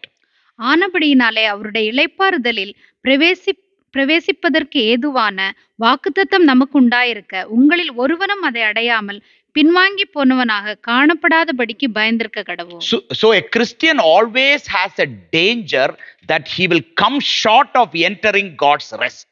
கிறிஸ்துவனுக்கு எப்பொழுதுமே அந்த ஒரு ஆபத்து இருக்கிறது, அவன் அந்த தேவனுடைய இளைப்பாறுதலுக்குள் வருவதற்கு காணப்படாமல் போய்விடுமோ See, என்று. God has given us this life, தேவன் அவருடைய வாழ்க்கையை அவர் நமக்கு ஒரு ஜீவனை கொடுத்திருக்கிறார். and so that we can enjoy his rest by entering his rest. அப்பொழுது நாம் அவருடைய இளைப்பாறுதலுக்குள் நுழைந்து அவருடைய இளைப்பாறுதலை நாம் அனுபவிக்க God முடியும். has given us his life so that now we can enjoy his rest by entering into his rest. தேவன் அவருடைய ஜீவனை நமக்கு கொடுத்திருக்கிறார், அப்பொழுது நாம் அவருடைய இளைப்பாறுதலுக்குள் நுழைந்து அவருடைய இளைப்பாறுதலை நாம் அனுபவிக்க முடியும் என்று. Even in the midst of all trials and temptations and burdens and whatever it is, sufferings and pain and everything. இந்த சோதனைக்கு மத்தியிலையும் துன்பங்களுக்கு மத்தியிலையும் துயரங்களுக்கு மத்தியிலையும் எல்லாவற்றுக்கும் மத்தியிலையும், You know, all of us think of rest after death. எல்லாருமே நம்ம வந்து இளைப்பாறுதல் என்றால் அது When you say மரணத்துக்கு rest, பிறகு. we'll think of death. When is rest? After death. எப்பொழுது இளைப்பாறுதல்? நான் மரணத்துக்கு அப்புறம். You know, there'll be like rest in peace, RIP, you know, is there. என்னது சமாதானத்து இளைப்பாறுதல், சமாதானத்தில் ரெஸ்ட் இன் பீஸ் தான் எல்லாரும் தெரியும், அதெல்லாம் எல்லா பாஷையில எல்லாரும் தெரியும். எல்லாம் லோகத்துல எண்ட் ஆனதுக்கு அப்புறம் ரெஸ்ட் இன் பீஸ். ஒருத்தங்க மரிச்சதுக்கு அப்புறம் உடனே அவங்களுக்கு வந்து சமாதானத்தில் இளைப்பாறுதல். You know, whether that person has really entered God's rest or whether he's enjoyed God's rest or not, nothing we know. அந்த நபர் வந்து உண்மையிலேயே தேவனுடைய இளைப்பாறுதலுக்குள் நுழைந்தாரா இல்லை தேவனுடைய இளைப்பாறுதலை அனுபவித்தாரா என்றெல்லாம் ஒன்று நமக்கு தெரியாது. Take a cross, write rest in peace and just to go and shove it on his forehead and give. That's what everyone will do after we die. அந்த வந்து ஒரு கிராஸ்ல வந்து இளைப்பாறுதலின் சமாதானம் என்று சொல்லி அப்படியே அவங்க தலையில போய் அவங்க உச்சி மண்டையில தான குத்தி வைக்கறாங்க ரெஸ்ட் இன் பீஸ் ன்னு எல்லாருக்கும் செத்ததுக்கு அப்புறம். You know, so they are putting on his forehead, isn't it, after he dead? You know, that is whether we enjoy. But a person, a Christian, should always even bear witness to that rest in peace, that he has entered God's rest in his life here. அதுக்கு நம்ம ஒரு கிறிஸ்தவன் அதுக்கு நம்ம சாட்சியாக இருக்கிறது கூட அவன் இங்கே அவன் வாழும் பொழுதே தேவனுடைய இளைப்பாறுதலுக்குள் அவனுடைய. The Lord here is speaking about a rest when we are living. இங்கே தேவன் இளைப்பாறுதலை குறித்து பேசுகிறது நாம் வாழும் பொழுது. An offer of rest for us to enter God's rest while we live. நாம வாழும் பொழுதே தேவனுடைய இளைப்பாறுதலை நாம் பெற வேண்டும் என்று அதை நமக்கு கொடுக்கிறார். You know, in Hebrew chapter 4 and verse 4 is saying, எபிரேயர் 4:4 சொல்லுகிறார், for he has spoken in a certain place of the seventh day in this way, and God rested on the seventh day from all his works. மேலும் தேவன் தம்முடைய கிரியைகள் எல்லாம் முடித்து 7ஆம் நாளிலே ஓய்ந்திருந்தார் என்று 7ஆம் நாளை குறித்து ஓரிடத்தில் சொல்லியிருக்கிறார். So you can see here that is now compared to the rest that God said God rested on the seventh day. இங்கே நம்ம வந்து தேவன் சொல்ற அந்த இளைப்பாறுதலை நாம் ஒப்பிட்டு பார்த்தோம் என்றால் தேவன் 7வது நாள்ல ஓய்ந்திருந்தார். God rested on the seventh day from all his works. அவருடைய கிரியைகளை எல்லாம் முடித்து 7ஆம் நாளிலே ஓய்ந்திருந்தார். That means he is speaking about a rest that ceases us from works. நம்ம இங்க வந்து ஓய்ந்து இருக்கிறது இளைப்பாறுதலை குறித்து பேசுகிறோம் என்றால் அந்த வேலையிலிருந்து ஓய்ந்து இருக்கிறது. You know, he's saying about a rest that is ceased from our works. நம்மளுடைய வேலைகளை எல்லாம் முடித்து இளைப்பாறுதல் இருக்கு. நம்மள வேலையெல்லாம் முடிக்க வேண்டாம். சீசிங்னா நம்ம வேலைக்கு அப்பாற்பட்ட rest is not linked to our works, you know, beyond our work. If you try to work more and more, you will get some sort of rest in some areas of your life. If you earn and you have some security, or someone has given you something, you will have some sort of a worldly rest in you. Yes. நம்ம வந்து நம்ம வேலையெல்லாம் முடிச்சிட்டு நமக்கு வேணுங்கிறதெல்லாம் சம்பாரிச்சிட்டு அப்படியெல்லாம் இருக்கும் பொழுது நம்ம உலக பிரகாரமாக நமக்கு ஒரு விதமான ஒரு இளைப்பாறுதல் இருக்கும். Or it gets a sense of rest in you. நமக்குள்ள ஒரு ஓகே சரின்னு ஒரு அமைதியான ஒரு. But he is saying about a rest, and it says it's ceasing from works. ஆனால் இங்கே அவர் இளைப்பாறுதலை குறித்து சொல்லும் பொழுது அது வேலைக்கும் அப்பாற்பட்டது. In Hebrew chapter 9 and Hebrew chapter 4 verse 9 and verse 10 he says, எபிரேயர் 4:9-10 சொல்லுகிறார், there remains a rest for the people of God. Verse 9. ஆகையால் தேவனுடைய ஜனங்களுக்கு இளைப்பாறுகிற காலம் இனி வருகிறதா இருக்கிறது. Verse 10, for he who has entered his rest has himself also ceased from his work as God did from his. ஏனெனில் அவருடைய இளைப்பாறுதலில் பிரவேசித்தவன் தேவன் தம்முடைய கிரியைகளை முடித்து ஓய்ந்தது போல தானும் தன் கிரியைகளை முடித்து ஓய்ந்திருப்பான். So you can see here that you have entered a rest apart from works. இங்கே நம்ம பார்க்கிறோம் தேவன் தம்முடைய கிரியைகளை முடித்து ஓய்ந்தது போல தானும் தன் கிரியைகளை முடித்து ஓய்ந்திருப்பான். See, God worked God created all of his creation in 6 days. தேவன் எல்லா சிருஷ்டிகளையும் 6 நாட்கள்ல அவர் எல்லாவற்றையும் And in முடித்தார். the 7th day, 7வது நாள்ல he rested. Our ஓய்ந்திருந்தார். 6 days had morning and evening. 6 நாள் வந்து காலையிலயும் In சாயந்தரமும். 7th day, no morning and evening. It just still carries on after that. 7th day didn't end. 7th day is just carrying on. 7வது நாள்ல அது காலை மாலை இல்ல, அப்படியே அது தொடர்ச்சியாக இருக்கு. You know, from 7th day, he can see that there is no evening, it ended and all. God rested, and now he is calling his people into his rest. 7வது நாள்ல அங்க காலை மாலை எல்லாம் இல்லை, தேவன் ஓய்ந்திருந்தார். இப்பொழுது அவருடைய ஜனங்களை அவருடைய அந்த ஓய்வுக்குள் இளைப்பாறுதலுக்குள் அழைக்கிறார். See, majority of our connections with God is with relating to works. நம்மளுடைய பெரும்பாலான தொடர்பு தேவனோடு கூட நம்மளுடைய வேலையோடு கூட தான் அது You know, ஒப்பிட்டு do this for me, Lord. எனக்கு இதை செய்யுங்க தேவனே, Open this way for me, Lord. எனக்கு இந்த வழியை திறந்து விடுங்க Lord, தேவனே, get this for me, Lord. தேவனே எனக்கு இதை கொடுங்கள் தேவனே, Stop this for me, Lord. எனக்கு இதை நிறுத்துங்க No, it is all தேவனே. fine. It is all fine. But you know, our mentality is always with regard to some work that we are related to. அதெல்லாம் நல்லதுதான். ஆனால் எப்பொழுதுமே நம்மளுடைய மனசு வந்து ஏதாவது ஒரு வேலையோடு தான் ஒப்பிட்டு You know, even if you take for a Christian or a ministry, I am sitting and preaching here or leading a ministry also is like that only.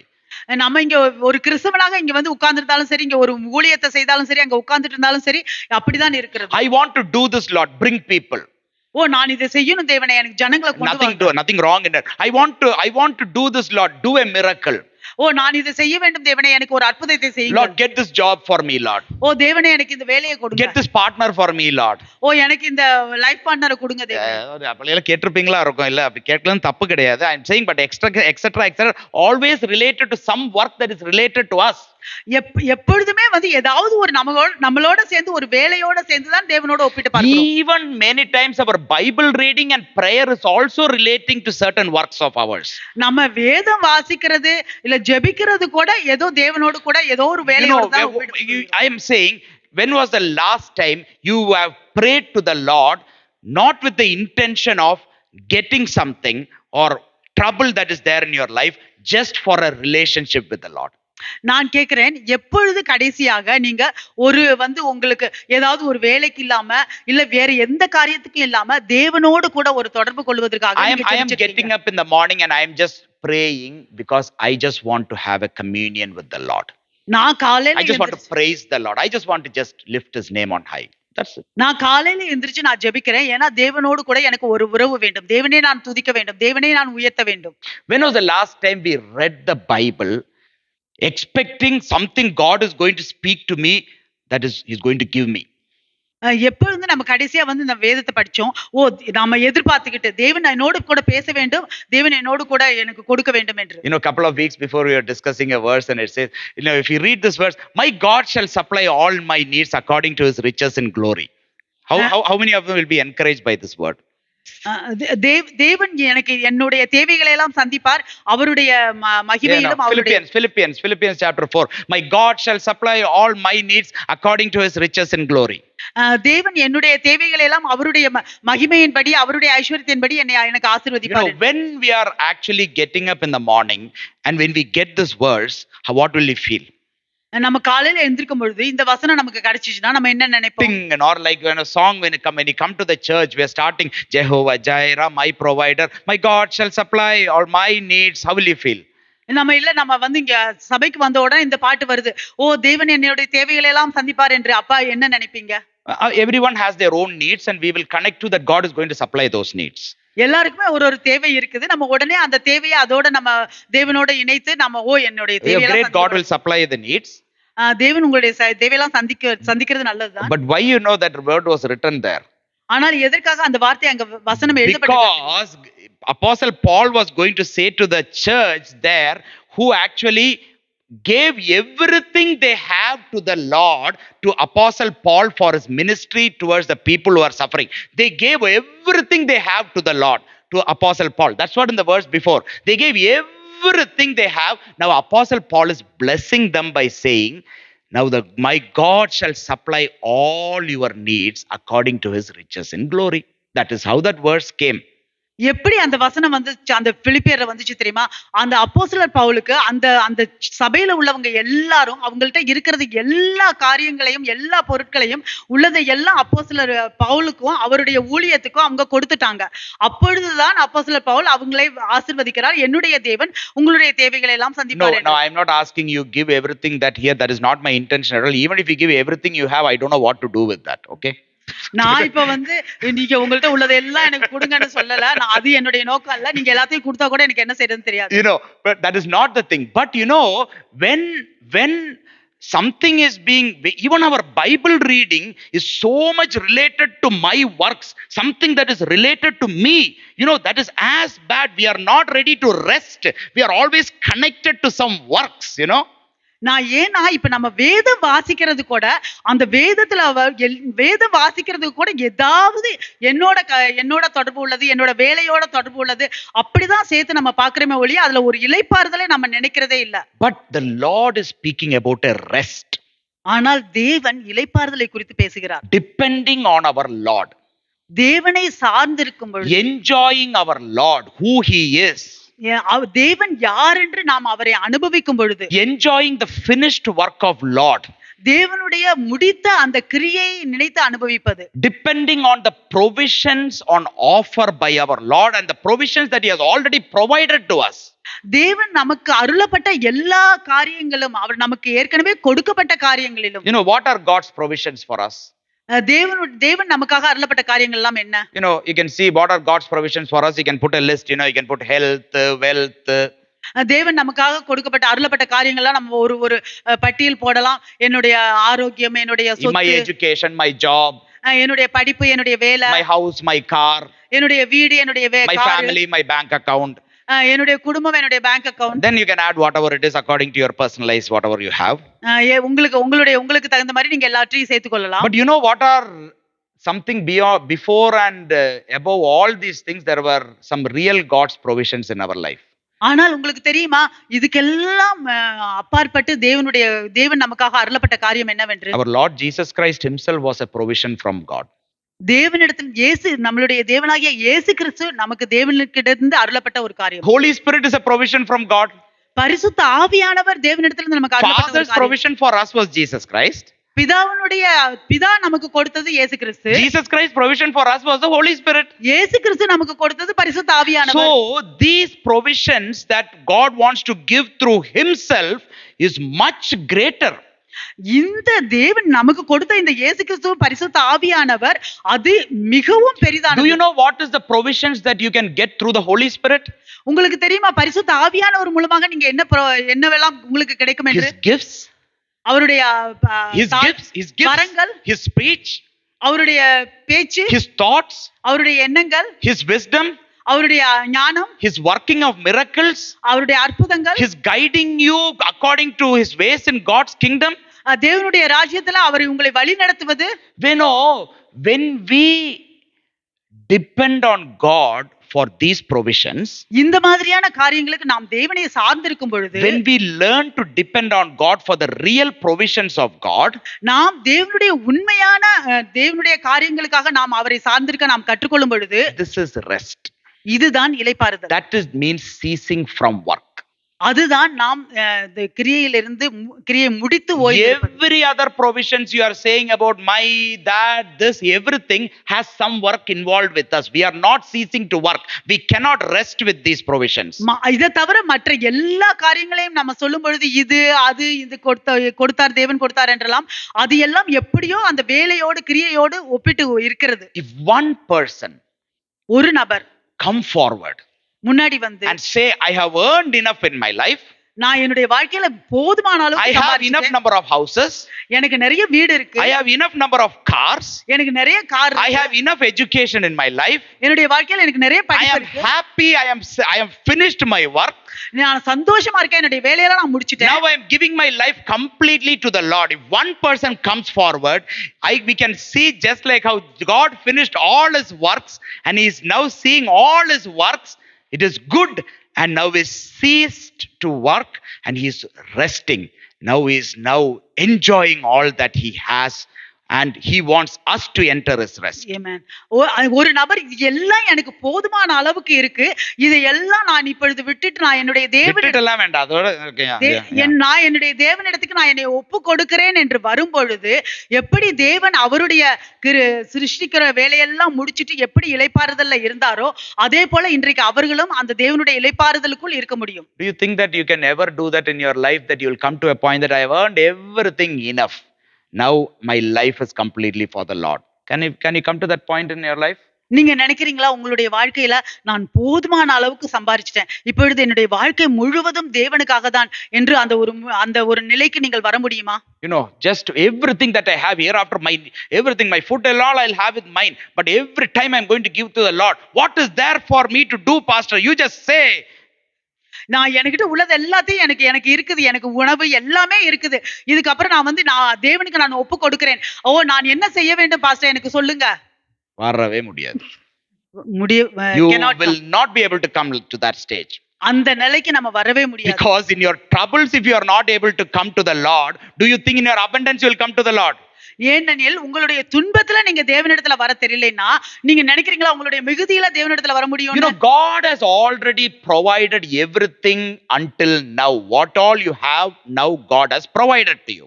தேவன் இந்த நேரம் வரைக்கும் உங்களுக்கு தேவையான எல்லாவற்றையும் அவர் கொடுத்திருக்கிறார்.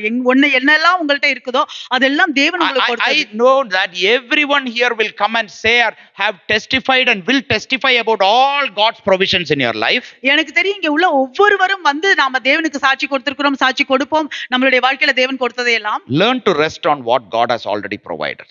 தேவன் உங்களுக்கு கொடுத்ததில் இளைப்பாறுதல் இருக்க கற்றுக்கொள்ளுங்கள். Learn to rest on what God has already provided you. தேவன் உங்களுக்கு ஏற்கனவே கொடுத்ததில இளைப்பாறுதல்ல இருக்கிறதுக்கு கற்றுக்கொள்ளுங்கள்.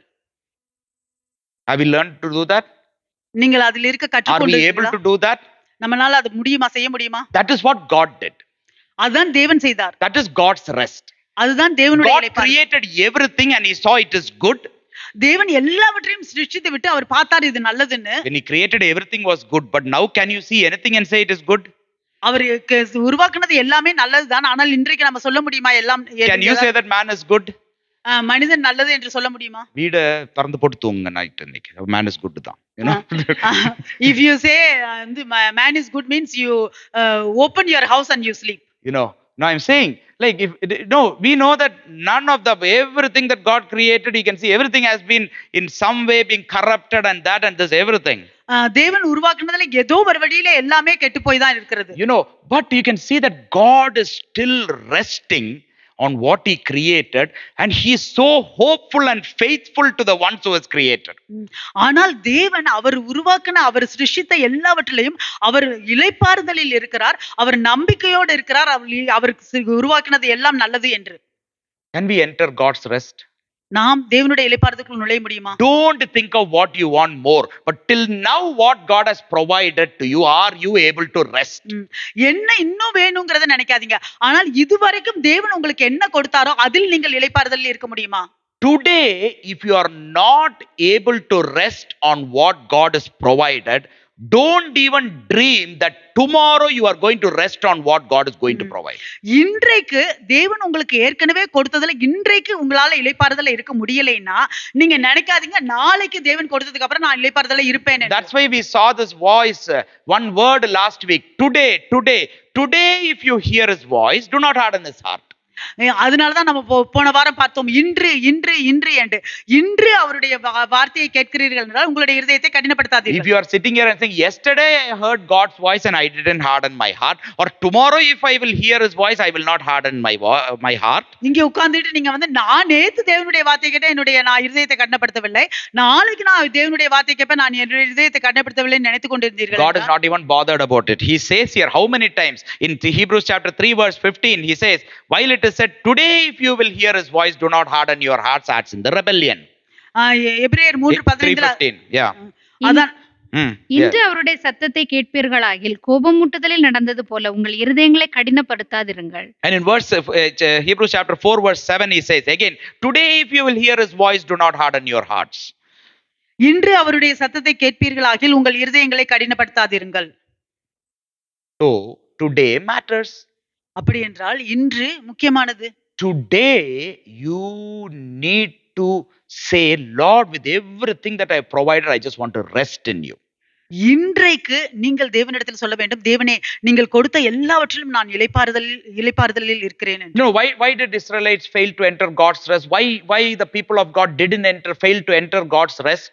எதற்காக இஸ்ரவேல் ஜனங்கள் தேவனுடைய இளைப்பாறுதலுக்குள் போறதில் தோல்வி அடைந்தார்கள்? எதற்காக தேவனுடைய ஜனங்கள் அவருடைய இளைப்பாறுதல் போறதுக்கு தோல்வி அடைந்தார்கள்? The final thing came, the final nail on the coffin came when the 12 spies went to spy the promised land. அந்த 12 வேவு பார்க்கிறவர்கள் அந்த வாக்குத்தத்தம் பண்ணப்பட்ட தேசத்தை வேவு பார்க்க அவங்க சென்ற பொழுது, and they brought back grapes. That's what they brought, 2 pole big grapes, like big. They had to catch with 2 poles, it seems. Grapes எல்லாம் இப்ப எந்த காலத்து கையில ஒத்த விரல்ல கூட இப்ப பிடிக்க மாட்டேங்குது, இப்படியா இருக்கு. ஒரு போல வச்சு, in one pole they were carrying grape bunches and coming.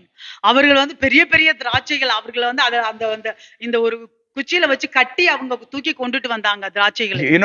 If you go online after this, when the fellowship time and all, you do this good things. Now don't do it now, okay? You go and put Israel tourism. You put logo or symbol. You know what is Israel tourism's logo? 2 men carrying big grapes. That is their tourism logo. Come to our land. We have grapes. We have everything. That's what it is, their land. நீங்க வீட்டுக்கு போயிட்டு நீங்க வந்து இப்ப பாக்காதீங்க, இல்ல அப்புறமாட்டி fellowship timeல இதெல்லாம் பாருங்க. fellowship timeல நீங்க இதெல்லாம் பாருங்க. நீங்க கூகுள் பண்ணி பாத்தீங்கன்னா இஸ்ரேல் டூரிசம்னு அதுல போட்டீங்கன்னா அதுல பார்த்தா அதனுடைய லோகோ வந்து 2 மனுஷன் வந்து அந்த ஒரு கம்புல வந்து அந்த திராட்சையை கட்டி கொண்டுட்டு போறாங்க. The official tourism logo for Israelites is this.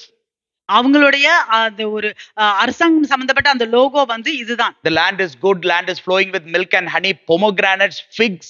This was what was found in abundance. Deuteronomy 8, you can read and see everything that was found in abundance in the land was written. Nothing we'll get in this land now.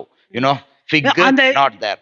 Pomegranate very difficult to get, டியூட்டனாமி 8ல நீங்க போய் படிச்சு பார்க்கலாம். அந்த தேசம் மிகவும் நல்லதாக இருக்கிறது, அதுல எல்லா கனிகளும் கிடைக்கும், எல்லாமே கிடைக்கும் என்று சொல்லலாம். ஆனா இன்னைக்கு நம்ம போய் பார்த்தோம்னா ஒன்றுமே இருக்காது. இன்றைக்கு நமக்கு இங்க ஒண்ணும் கிடைக்க மாட்டேங்குது, அங்க ஒண்ணும் இல்லன்னு இல்லை, இப்போ அங்கதான் வருது. Fig, pomegranate, olives, nothing is here for us now. காசு கொடுத்து பயங்கரமா வாங்கணும், பெரிய கடையில வெயிட் ரோஸ்ல எல்லாம் போய் தான் வாங்கணும். Today we don't have anything here. We have to pay money and we have to buy. You sister, இன்னைக்கு பாருங்க அப்படியே சூடா இருக்கிறாங்க. So you can see here that they saw everything was there, but they saw that the city had big walls, they had big people there, cities was fortified. They saw all the blocks that was there in spite of all the providence in the land. அந்த தேசத்துல இவ்வளவும் இருந்த பொழுதிலும் அவர்கள் பார்த்தார்கள், அந்த இடத்துல பெரிய மதில்கள் இருந்தது, பெரிய ஜனங்களாக அங்க இருந்தார்கள், அதையெல்லாம் அவர்கள் பார்த்தார்கள். But just because the Israelites didn't believe in God, in his promise about the promised land, they wandered all around back. இந்த இஸ்ரவேல் ஜனங்கள் அவர்கள் தேவன் சொன்ன அந்த வாக்குத்தத்தமான தேசத்தை குறித்து அவர்கள் விசுவாசியாமல் இருந்ததனால் அவர்கள் எல்லா இடத்தையும் சுற்றி அலைந்து திரிந்தார்கள். It will be years till they are going to come back to this land again. 38.5 years later, they came back to that spot and crossed. அவர்கள் 38.5 வருஷத்துக்கு அப்புறம் அந்த தேசத்துக்கு வந்தாங்க. Now, it is a big warning. இப்பொழுது அது பெரிய ஒரு எச்சரிக்கையாக இருந்தது. Our Christian life. நம்மளுடைய கிறிஸ்தவ வாழ்க்கை. This is a warning given by God to Christians in from Hebrew chapter 3 and Hebrew chapter 4 about the wandering of Israelites.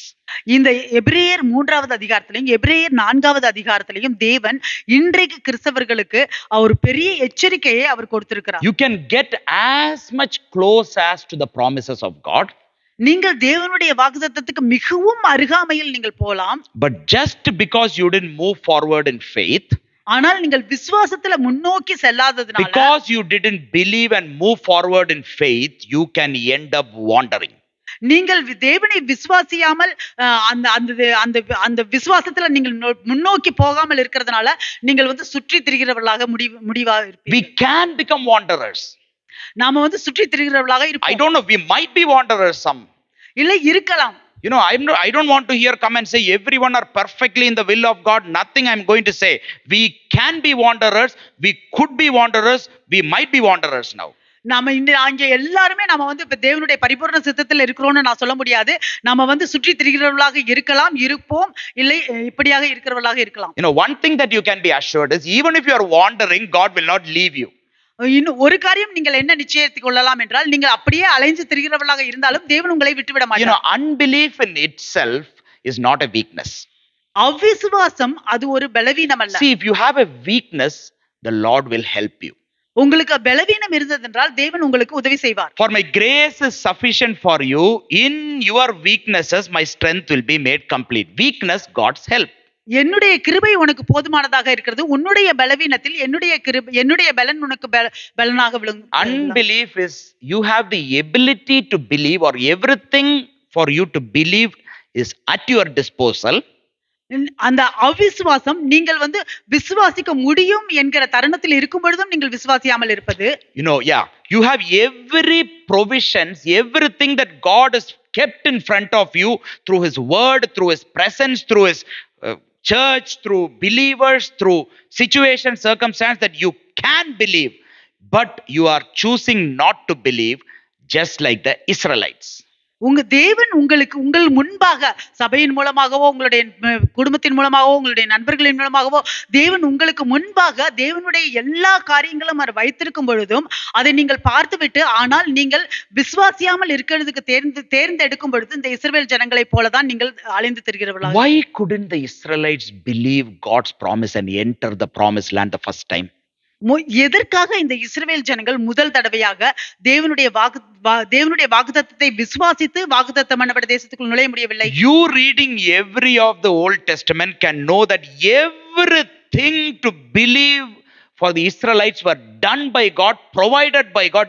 Everything was beforehand warned by God.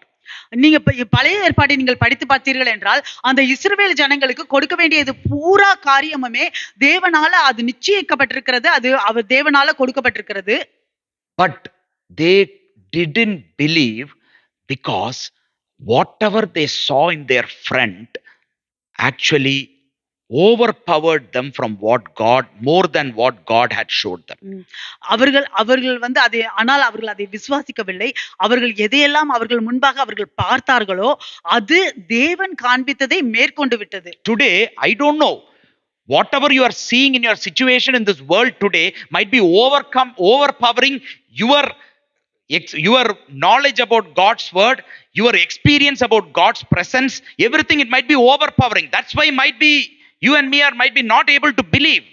இன்றைக்கு எனக்கு தெரியவில்லை, இன்றைக்கு உங்களுக்கு முன்பாக என்ன சூழ்நிலைகளிலேயோ என்ன காரியங்களிலேயோ இருக்கும் பொழுது அந்த காரியங்கள் தேவனுடைய வாக்குத்தத்தங்கள் தேவனுடைய காரியங்களுக்கு மேலாக அது மேற்கொள்ளும் பொழுது அதனால் நீங்கள் உங்களால் விசுவாசிக்க இருக்கலாம். Sneha came and shared that I experienced God. இப்ப ஸ்னேகா வந்து அவங்களுடைய டெஸ்டிமனியை சொல்லும் பொழுது நான் தேவனை அனுபவித்தேன். Now in experience I know that God is good. இப்பொழுது நான் தேவன் நல்லவர் என்று நான் அனுபவித்தேன். Their experience was not able to overcome what they saw in front. அவர்களுடைய அந்த அனுபவம் அவர்களுக்கு முன்பாக என்ன இருக்கிறது என்பதை அவர்களால் their experience with God as a pillar of fire and pillar of cloud with them day and night did not help them overcome the thoughts and the fear that they had when they saw the enemy. அவர்கள் மேகசமம் அக்கினி சமமாக தேவன் அவர்களை ஒவ்வொரு தடவையும் வழி நடத்தி வந்ததை அவர்கள் அனுபவித்தார்கள். ஆனால் அந்த அனுபவம் இல்ல அவங்க அவர்களுக்கு முன்பாக- கரெக்ட் அந்த அனுபவம் அவர்களுக்கு முன்பாக இருந்த எதிரியை அந்த அனுபவத்தினால் அவர்களால் மேற்கொள்ள முடியவில்லை. Is your experience of God able to break anything in your life? உங்கள் தேவனுக்கு உங்களிடத்தில் உங்களுடைய வாழ்க்கையில் தேவனிடத்தில் உள்ள அனுபவம் எதையாவது ஒன்றை உடைக்க முடிகிறதா? If it is not able to break, if it is not able to break, you will be pushed back in years as Christian wanderers wandering. உங்களால் அதை உடைக்க முடியவில்லை என்றால் அந்த கிறிஸ்தவர்கள் சுற்றி திரிகிறவர்களாக வருடங்களுக்கு சுற்றி திரிகிறவர்களாக இருப்போம். We will not be in Canaan, we will not be in Egypt. நாம கானான் தேசத்துல இருக்க மாட்டோம், நாம எகிப்து தேசத்திலயும் இருக்க மாட்டோம். We will be in between. We will be in between. ரெண்டுக்கு நடுவுல இருப்போம். You know, God already promised to the Israelites that hereafter you will not see the Egypt again. தேவன் ஏற்கனவே இஸ்ரவேல் ஜனங்களுக்கு அவர் வாக்குத்தத்தம் கொடுத்து விட்டார், இதற்கு பிறகு நீங்க எகிப்தியர்களை காண மாட்டீர்கள் என்று. So all of their life they didn't see Egypt. They wandered as Christian believing wanderers. அவர்களுடைய வாழ்க்கை முழுவதும் அவர்கள் எகிப்தியர்களை காணவில்லை. அவர்களுடைய வாழ்க்கை முழுவதும் கிறிஸ்தவர்களாக சுற்றி திரிகிறவர்கள், அலைந்து திரிகிறவர்களாக தான் இருந்தார்கள். One good thing is, when you have given your life to the Lord Jesus, God has cut off certain things in your life. You will not go back. ஒரு நல்ல காரியம் என்னவென்றால், நீங்கள் உங்களுடைய வாழ்க்கையை தேவனுக்கு ஒப்புக் கொடுக்கும் பொழுது தேவன் சில காரியங்களை அவர் துண்டித்து விட்டார். அதில் நீங்கள் திருப்பி போக மாட்டீர்கள். Jesus says, the ones that you have placed in my hand, no one can snatch away. இயேசு சொன்னார், என்னுடைய கரங்களில் வைத்ததை யாரு ஒருவனும் திருட முடியாது என்று. You know, so you can see here that the Lord will still lead you. He will be with you like the pillar of fire, pillar of cloud, but you'll be wanderers. தேவன் உங்களோடு கூட இருப்பார், மேக சமமாக அக்கினி சமமாக, ஆனால் நீங்கள் அலைந்து திரிகிறவர்களாக இருப்பீர்கள். நீங்க எல்லாம் அழுவோம், எகிப்துக்காவது நான் திருப்பி போயிருக்கலாம்னு. You know, அங்கேயும் போக முடியாது. I am Christian wanderer because of unbelief. அப்ப நீங்க you all will be crying, at least I could have gone to Egypt. You can't even go to Egypt. இப்ப கிறிஸ்தவர்கள் அலைந்து திரிகிறவர்களாக அலைந்து திரிவோம். Do you want to be a Christian wanderer in the wilderness? வனாந்தரத்துல நீங்கள் கிறிஸ்தவ அலைந்து சுற்றி திரிகிறவர்களாக இருக்க வேண்டுமா? It is not that God has deserted you. தேவன் உங்களை அந்த மாதிரியாக தனித்து விட்டாரா? You know, it is not that God has left you. தேவன் உங்களை அப்படி தனித்து விடவில்லை. God still leads you. தேவன் இன்னும் உங்களை வழிநடத்தி கொண்டிருக்கிறார். But you are not in the promised land under the promises of God. ஆனால் நீங்கள் தேவனுடைய வாக்குத்தத்தம் பண்ணப்பட்ட தேசத்துக்குள் வாக்குத்தத்தங்களுக்குள் இல்லை, but in the wilderness. வனாந்தரத்தில் இருக்கிறீர்கள். You are not even entering into the promises of God. You are in the wilderness. நீங்கள் வனாந்தரத்திலே இருக்கிறீர்கள். நீங்கள் தேவனுடைய வாக்குத்தத்தத்துக்குள் நீங்கள் நுழையவில்லை. Or are you like one of these carnal, fleshly, worldly Christian? இல்லை, நீங்கள் மாம்சத்தில் மாம்ச இச்சைகள் உள்ள ஒரு கிறிஸ்தவனா? They were led into the promised land. அவர்கள் வாக்குத்தத்தம் பண்ணப்பட்ட தேசத்துக்குள் நுழைந்தார்கள். They enjoyed everything that was there in the promised land, abundance. அந்த தேசத்துல இருந்ததையெல்லாம் மிகுதியாக அவர்கள் அனுபவித்தார்கள். But they were not able to enter into God's promise of rest. ஆனால் தேவன் வாக்குத்தத்தம் பண்ணின அந்த இளைப்பாறுதலுக்குள் அவர்களால் நுழைய முடியவில்லை. Who are you today? இன்றைக்கு நீங்கள் யார்? Are you this wilderness Christian who is roaming around in the wilderness, or are you this abundance carnal Christian who is enjoying every provisions but not finding rest? நீங்கள் இந்த வனாந்தரத்திலேயே சுற்றி திரிகிற ஒரு கிறிஸ்தவனாக இருக்கிறீர்களா, இல்லை நீங்கள் வாக்குத்தத்தம் பண்ணப்பட்ட தேசத்துக்குள் தேவனுடைய இளைப்பாறுதல் இல்லாமல் மாம்சத்தில் உள்ள கிறிஸ்தவனாக இருக்கிறீர்களா? You decide. நீங்கள் தீர்மானம். God knows that. தேவனுக்கு தெரியும். You know that clearly. உங்களுக்கு நன்றாக தெரியும். But you can choose your destiny today. இன்றைக்கு நீங்கள் உங்களுடைய You can choose what you want to be. நீங்கள் யாராக இருக்க வேண்டும் என்று நீங்கள் தேர்ந்தெடுக்கலாம். You can enjoy God's rest. நீங்கள் தேவனுடைய இளைப்பாறுதலை அனுபவிக்கலாம். You can rest. You know that God's strength is with you. தேவனுடைய பலன் உங்களோடு இருக்கிறது என்பதை தெரிந்து கொண்டு you can enjoy God's presence. தேவனுடைய பிரசன்னத்தை நீங்கள் அனுபவிக்கலாம். You know, nowadays many people coming to the church, we sometimes are coming and we are worshiping and our life is not at rest. பல பேர் இப்ப சபைக்கு வர்றவங்க, நாங்க சபைக்கு வர்றோம், ஆராதிக்கிறோம், ஆனா எங்களுடைய வாழ்க்கை ஒரு இளைப்பாறுதலே இல்ல. You know, even before, I'm saying for example, I will just put like, we are all coming to worship the Lord here. at least we are coming to a place where we might find some rest. நம்ம எல்லாரும் இங்க வந்து நம்ம தேவனை ஆராதிக்கிற இடத்துக்கு தேவனை ஆராதிக்க வருகிறோம். கொஞ்சமாச்சும் நம்ம வந்து இந்த இடத்துல தேவனுடைய இளைப்பாறுதலை நாம் பார்க்க வேண்டும். பார்க்கிறதுக்கு ஒரு சான்ஸ் இருக்குது. ஒரு வாய்ப்பு இருக்கு. But we exhaust ourselves with every other things and we come exhausted so much that even if rest is there, we won't be able to find any rest. நம்ம மற்ற எல்லா காரியத்திலையும் சோர்ந்து போய் இந்த இடத்துக்கு வரும்பொழுது அங்க இளைப்பாறுதல் இருக்கும் பொழுது கூட அந்த இளைப்பாறுதல் நம்மளால காண முடியவில்லை. You know, when a Christian is so exhausted and coming to a place knowing that this is going to be a day of rest, we need to learn to come and rest. ஒரு கிறிஸ்துவன் மற்ற எல்லா காரியத்திலையும் சோர்ந்து போய் சுத்தி தெரிஞ்சிட்டு நமக்கு தெரியும் இந்த நாள்ல வந்து ஒரு இளைப்பாறுதலின் நாள் என்று அந்த கிறிஸ்துவன் அதை நாம அறிந்து கொண்டு அதில் வர வேண்டும். No, I'm not saying that Sabbath day is like a day of rest, so Christians should not do anything in that day. But there is a meaning in that. நான் சொல்லல இந்த ஓய்வு நாள் வந்து ஒரு அந்த இளைப்பாறுதலின் நாள், அந்த நாள்ல கிறிஸ்தவர்கள் எதுவும் செய்யக்கூடாது என்று சொல்லவில்லை. To be frank, it is good to keep this day free as much as possible so that when we at least come together as God's children, we will be able to focus on the Lord and find some rest. ஆனால் வெளிப்படையா சொல்லணும்னா அந்த நாளை எவ்வளவுக்கு எவ்வளவு முடியுமோ அவ்வளவுக்கு அவ்வளவு நம்ம வந்து ஃப்ரீயா வச்சுக்கணும். அப்பொழுது நம்ம தேவனுடைய ஆலயத்துல வந்து தேவனுடைய பிரசன்னத்துல நாம் கொஞ்சமாச்சும் கவனம் செலுத்த முடியும். Nowadays we don't have time at all, you know, like it is like that is this in the middle is only church. இப்பொழுது இந்த நாட்கள்ல நமக்கு நேரமே இல்ல. இது இருக்கு அது இருக்கு இது இருக்கு, அதுக்கு நடுவுல தான் சபை. Not only in UK, in India also, before going and having some rest and this in the church, after finishing the church, what to cook at home is the best, one of the biggest worry. இங்க மட்டும் இல்ல, இந்தியாலயும் அப்படிதான். சபைக்கு முன்னாடி வர்றதுக்கு மட்டும் இல்ல, சபை முடிச்சு போயாலையும் என்ன சமைக்கிறது தான் பெரிய கவலை. Before church, cutting the chicken and keeping கொத்தமல்லி எல்லாம் பட எல்லாம் அறுத்து வச்சு எல்லாம் டயர்டு, வாங்க அவசரமா எல்லாரும் சர்ச்சுக்கு போலாம். இது இங்கிலீஷ்ல சொல்லுங்க டக்குன்னு. Before coming to church, we cut the chicken, we cut the coriander, we cut all the vegetables and everything, we do it and then we come to we go to church. Yeah, and then dress up and also வேர்த்து விறுவிறுத்து எல்லாம் வந்து சர்ச்சில் வந்து ஹல்லேலூயா சந்தோஷம் பொங்குது எல்லாம் வந்து பாடிட்டு then we dress up nicely and then sweating so much and then we come and sing here hallelujah. Want to find rest. We ourselves don't want rest. We are finding rest only in chicken. But you can see here that we really don't want rest. We have exhausted ourselves coming to find rest. நம்மளே நமக்கு வந்து இளைப்பாறுதல் வேணும்னு நம்ம நினைக்கிறதுல, நம்மளுடைய இளைப்பாறுதல் நம்ம அந்த சிக்கன்ல தான் பாக்குறோம். நம்ம இதையெல்லாம் செஞ்சுட்டு இங்க வந்து நம்ம இளைப்பாறுதல் வேணும்னு and then after finishing that, okay, over, before that is what is that song is going on, what is this believer disturbing me, pastor spoke, this one spoke, whatever it is, and then go and cook chicken in the end. That is what, no rest for that day in any country for a Christian. நான் அதுக்கப்புறம் இங்க வந்த உடனே பார்த்தோம்னா இங்க என்ன பாட்டு பாடுறாங்க, என்ன செய்யறாங்க, என்ன நேரம் ஆச்சு, என்ன பாஸ்டர் பேசிட்டு இருக்காரு, இதெல்லாம் செஞ்சுட்டு போய் அந்த சிக்கனை சமைக்கணும். And our rest is in the evening when Doordarshan shows you a movie.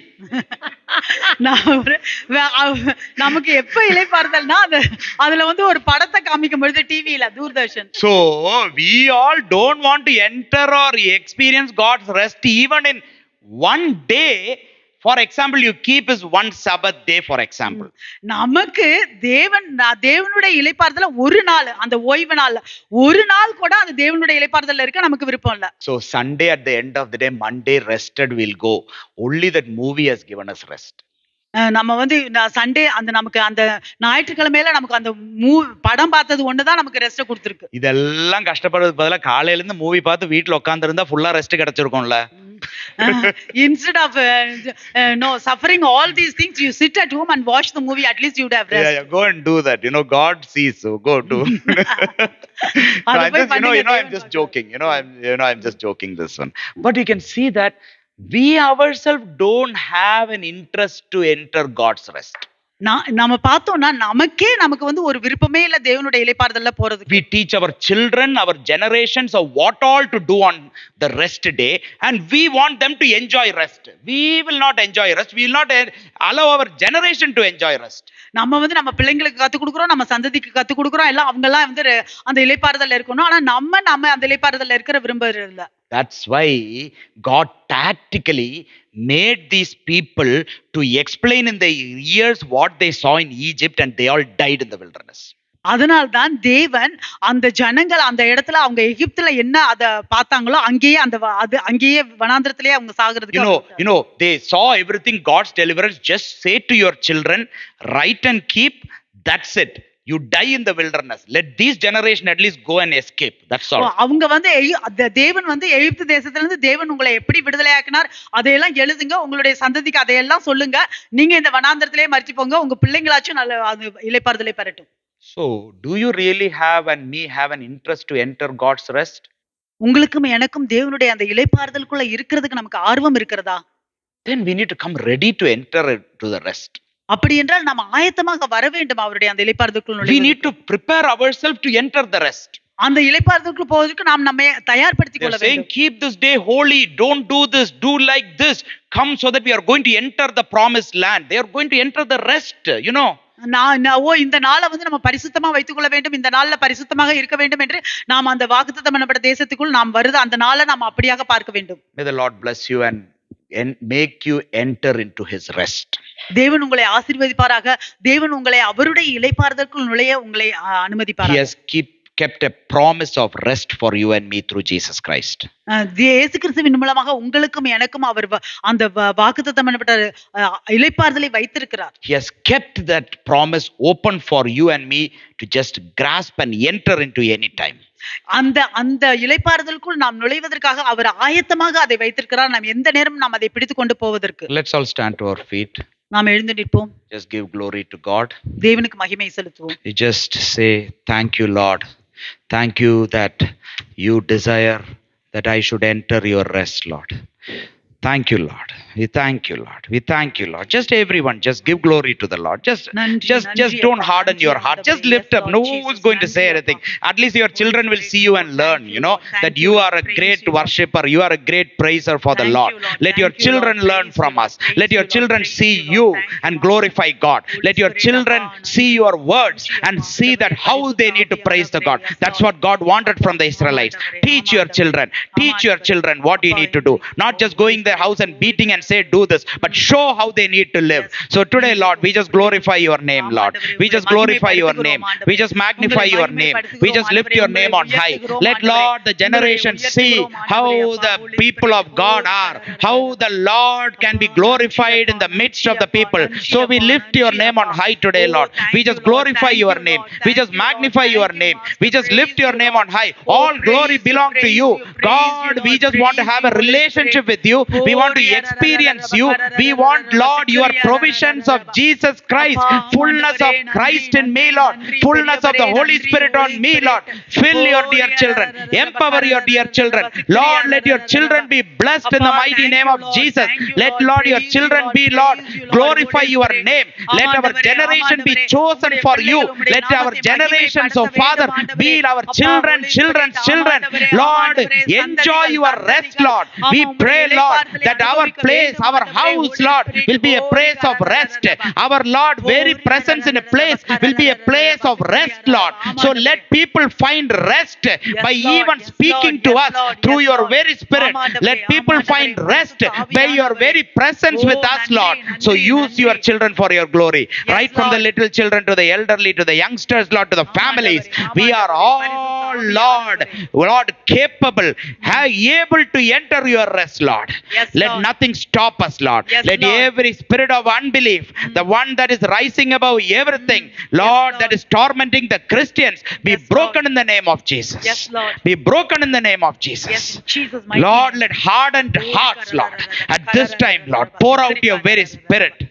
That the reign of the Holy Spirit soften the hearts, Lord. Sadaralida. Hallelujah. We just want to thank you, Lord. We just want to praise you. We just want to glorify your name. Thank you, Lord. In Jesus' name we pray. Amen. Amen.